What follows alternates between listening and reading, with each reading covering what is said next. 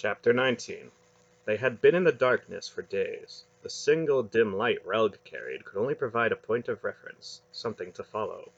The darkness pressed against Garion's face, and he stumbled along the uneven floor with one hand thrust out in front of him to keep himself from banging his head onto unseen rocks. It was not only the musty-smelling darkness, however. He could sense the oppressive weight of the mountain above him and on all sides. The stone seemed to push in on him. He was closed in, sealed up in miles of solid rock. He fought continually with the faint fluttering edges of panic, and he often clenched his teeth to keep from screaming. There seemed to be no purpose to the twisting, turning route Relg followed. At the branching of passageways his choices seemed random, but always he moved with steady confidence through the dark, murmuring caves where the memory of sound whispered in the dank air. Voices out of the past echoing endlessly, whispering, whispering. Relg's air of confidence as he led them was the only thing that kept Garion from giving in to the unreasoning panic. At one point, the zealot stopped. "What's wrong?" Silk asked sharply, his voice carrying that same faint edge of panic that Garion felt gnawing at his own awareness. "I have to cover my eyes here," Relg replied. He was wearing a peculiarly fashioned shirt of leaf mail, a strange garment formed of overlapping metal scales, belted at the waist and with a snug-fitting hood that left only his face exposed. From his belt hung a heavy hook-pointed knife, a weapon that made Garion cold just to look at it. He drew a piece of cloth out from under his mail shirt and carefully tied it over his face. "Why are you doing that?" Dernick asked him. "There's a vein of quartz in the cavern just ahead," Relg told him. "Reflects sunlight down from the outside. The light is very bright." "How can you tell which way to go if you're blindfolded?" Silk protested. "The cloth isn't that thick. I can see through it well enough. Let's go." They rounded a corner in the gallery they were following, and Garion saw light ahead. He resisted an impulse to run toward it. They moved on. The hooves of the horses Hedar was leading clattering on the stone floor. The lighted cavern was huge, and it was filled with a glittering crystal light. A gleaming band of quartz angled across the ceiling, illuminating the cavern with a blazing radiance. Great points of stone hung like icicles from the ceiling, and other points rose from the floor to meet them. In the center of the cavern, another underground lake stretched, its surface rippled by a tiny waterfall trickling down into its upper end with an endless tinkling sound that echoed in the cave like a silver bell and joined harmoniously with the faint remembered sigh of the singing of the Olgos miles behind. Garion's eyes were dazzled by the color that seemed to be everywhere. The prisms in the crystalline quartz twisted the light, breaking it into colored fragments, and filling the cave with the multi-hued light of the rainbow. Garion found himself quite suddenly wishing that he could show the dazzling cave to Sinedra, and the thought puzzled him. "Hurry," Relg urged them, holding one hand across his brow as if to further shade his already veiled eyes. "Why not stop here?" Beric suggested. "We need some rest, and this looks like a good place." "It's the worst place in all the caves," Relg told him. "Hurry!" "Maybe you like the dark," Beric said, "but the rest of us aren't that fond of it." He looked around at the cave. "Protect your eyes, you fool!" Relg snapped. "I don't care for your tone, friend." "You'll be blind once we get past this place if you don't. It's taken your eyes 2 days to get used to the dark. You'll lose all that if you stay here too long." Beric stared hard at the Olgo for a moment. Then he grunted and nodded shortly. "Sorry," he said. "I didn't understand." He reached out to put his hand on Relg's shoulder in apology. "Don't touch me!" Relg cried, shrinking away from the big hand.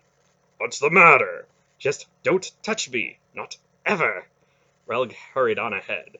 "What's the matter with him?" Beric demanded. "He doesn't want you to defile him," Belgrath explained. "Defile him? Defile him?" "He's very concerned about his personal purity. The way he sees it, any kind of touch can soil him." "Soil? He's as dirty as a pig in wallow." "It's a different kind of dirt. Let's move on." Beric strode along behind the rest of them, grumbling and sputtering in outrage.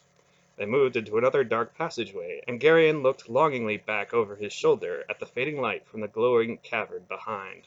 Then they rounded a corner, and the light was gone. There was no way to keep track of time in the murmuring darkness. They stumbled on, pausing now and then to eat or to rest, though Garion's sleep was filled with nightmares about mountains crushing it in on him. He had almost given up all hope of ever seeing the sky again, when the first faint cobweb touch of moving air brushed his cheek. It had been, as closely as he could judge, 5 days since they had left the last dimly lighted gallery of the Olgos behind and plunged into this eternal night. At first he thought the faint hint of warmer air might only be his imagination, but then he caught the scent of trees and grass in the musty air of the cave, and he knew that somewhere ahead there lay an opening, a way out. The touch of warmer outside air grew stronger, and the smell of grass began to fill the passageway along which they crept. The floor began to slope upward, and imperceptibly it grew less dark. It seemed somehow that they had moved up out of endless night toward the light of the first morning in the history of the world. The horses, plodding along at the rear, had also caught the scent of fresh air, and their pace quickened. Relg, however, moved slower, and then slower still. Finally, he stopped altogether. The faint metallic rustling of his leaf-mail shirt spoke loudly for him. Relg was trembling, bracing himself for what lay ahead. He bound his veil across his face again, mumbling something over and over in the snarling language of the Olgos. Fervent, almost pleading. Once his eyes were covered, he moved on again, reluctantly, his feet almost dragging. Then there was a golden light ahead. The mouth of the passageway was a jagged, irregular opening with a stiff tangle of limbs sharply outlined in front of it. With a sudden clatter of little hooves, the colt, ignoring Hedar's sharp command, bolted for the opening and plunged out into the light. Belgarath scratched at his whiskers, squinting after the little animal. "Maybe you'd better take him and his mother with you when we separate," he told Hedar. "He seems to have a little trouble taking things seriously, and Thalmergos is a very serious place." Hedar nodded gravely. "I can't," Relg blurted suddenly, turning his back to the light and pressing himself against the rock wall of the passageway. "I can't do it!" "Of course you can," Aunt Paul said comfortingly to him. "We'll go out slowly so you can get used to it a little at a time." "Don't touch me," Relg replied almost absently. "That's going to get very tiresome," Varric growled. Garion and the rest of them pushed ahead eagerly, their hunger for light pulling at them. They shoved their way roughly through the tangle of bushes at the mouth of the cave, and, blinking and shading their eyes, they emerged into the sunlight. The light at first stabbed Garion's eyes painfully, but after a few moments he found that he could see again. The partially concealed entrance to the caves was near the midpoint of a rocky hillside. Behind them, the snow-covered mountains of Olgo glittered in the morning sun, outlined against the deep blue sky, and a vast plain spread before them like a sea. The tall grass was golden with autumn, and the morning breeze touched it into long undulating waves. The plain reached to the horizon, and Garion felt as if he had just awakened from a nightmare. Just inside the mouth of the cave, behind them, Relg knelt with his back to the light, praying and beating at his shoulders and chest with his fists. "Now what is he doing?" Varric demanded. "It's a kind of purification ritual," Belgarath explained. "He's trying to purge himself of all unholiness and draw the essence of the caves into his soul. He thinks it may help to sustain him while he's outside." "How long is he going to be at it?" "About an hour, I'd imagine. It's a fairly complicated ritual." Relg stopped praying long enough to bind a second veil across his face on top of the first one. "If he wraps any more cloth around his head, he's likely to smother," Silk observed. "I'd better get started," Hedar said, tightening the straps of his saddle. "Is there anything else you want me to tell Chohag?" "Tell him to pass the word along to the others about what's happened so far," Belgarath answered. "Things are getting to the point where I'd like everybody to be more or less alert." Hedar nodded. "Do you know where you are?" Varric asked him. "Of course." The tall man looked out at the seemingly featureless plain before him. "It's probably going to take us at least a month to get to Rakthal and back," Belgarath advised. "If we get a chance, we'll light signal fires on top of the eastern escarpment before we start down. Tell Chohag how important it is for him to be waiting for us. We don't want Murgos blundering into Algaria. I'm not ready for a war just yet." "We'll be there," Hedar replied, swinging into his saddle. "Be careful in Thalmergos." He turned his horse and started down the hill toward the plain, with the mare and the colt tagging along behind him. The colt stopped once to look back at Geryon, gave a forlorn little whinny, then turned to follow his mother. Beric shook his head somberly.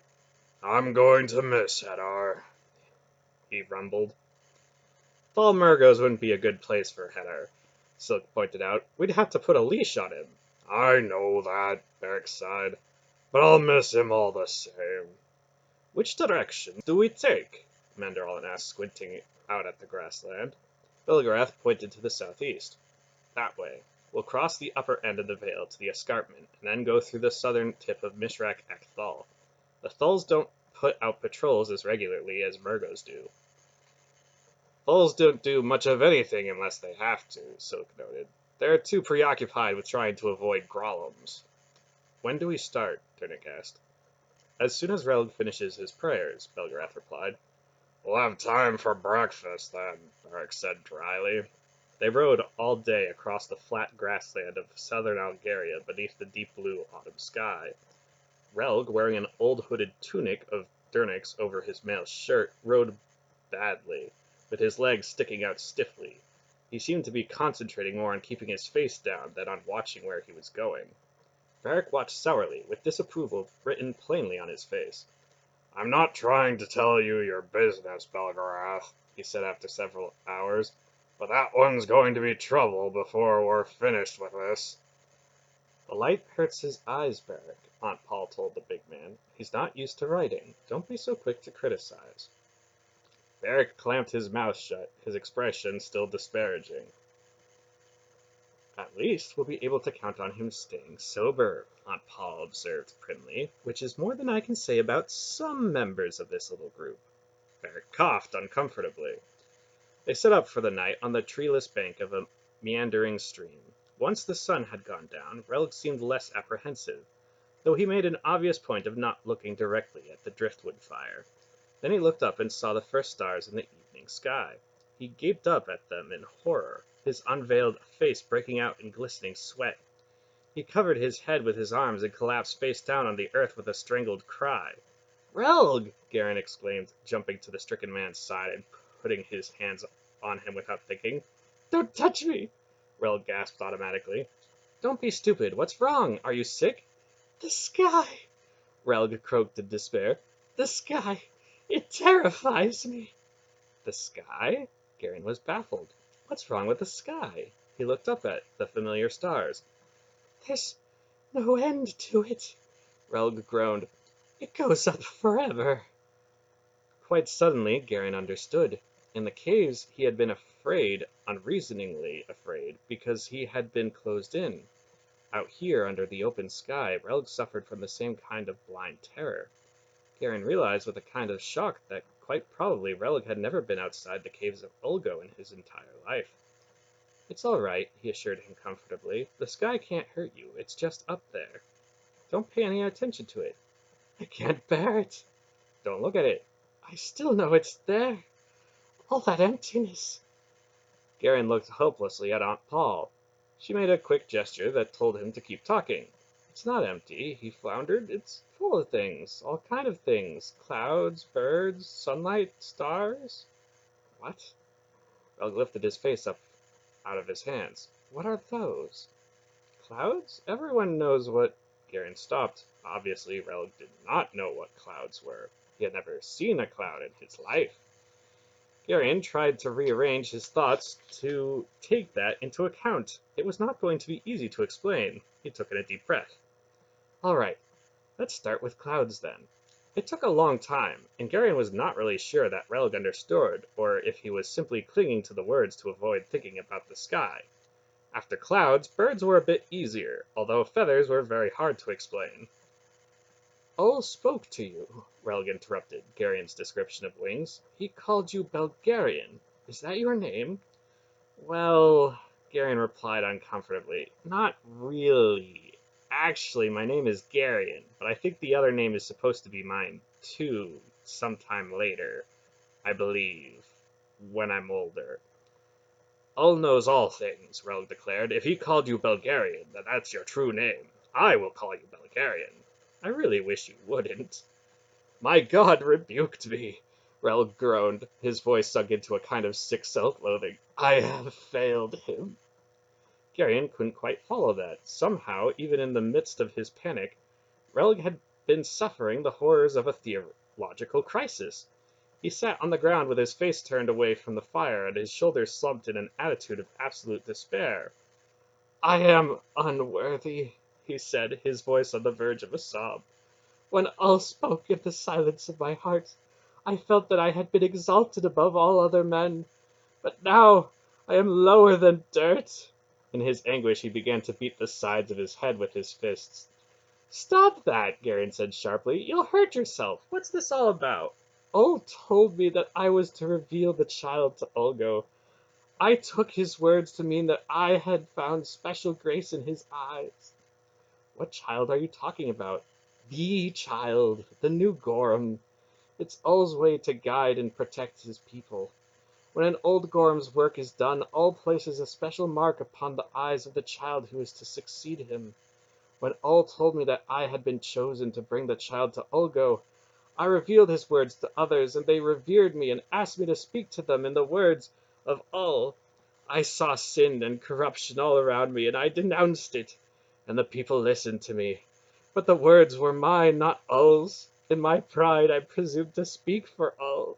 I ignored my own sins to accuse the sins of others.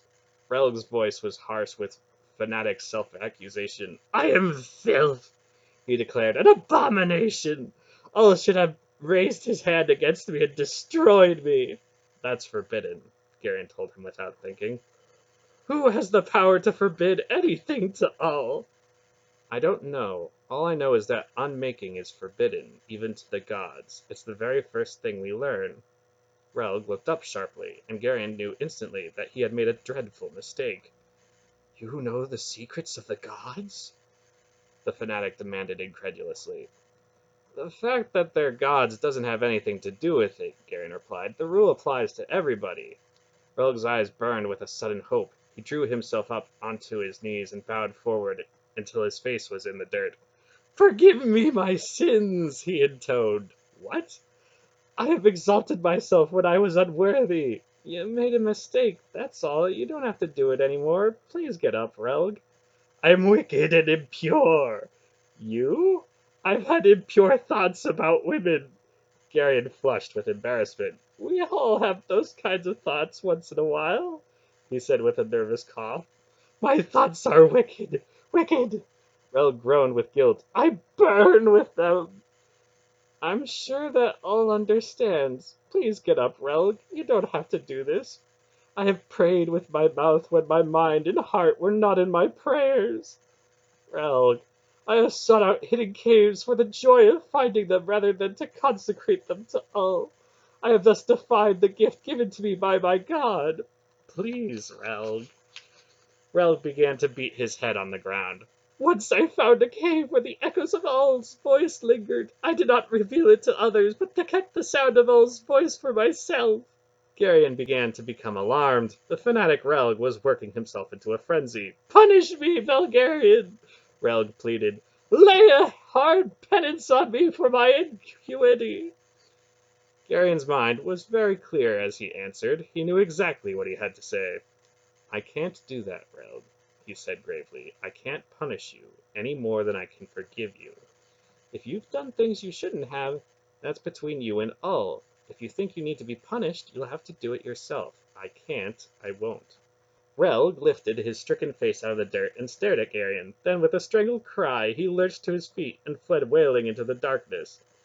Garion! Aunt Paul's voice rang with a familiar note. I didn't do anything, he protested almost automatically. What did you say to him? Belgarath demanded.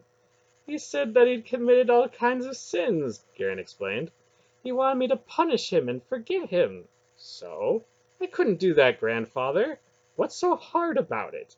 Garen stared at him. All you have to do was lie to him a little. Is that so difficult? Lie? About something like that? Garion was horrified at the thought. I need him, Garion, and he can't function if he's incapacitated by some kind of religious hysteria. Use your head, boy. I can't do it, grandfather, Garen repeated stubbornly. It's too important for me to cheat him about it. You'd better go find him, father, Aunt Paul said. Belgrass scowled at Garion. You and I aren't finished with this yet, boy, he said, pointing an angry finger. Then, muttering irritably to himself, he went in search of Relg. With a cold certainty, Garion suddenly knew that the journey to Thalmergos was going to be a very long and uncomfortable one.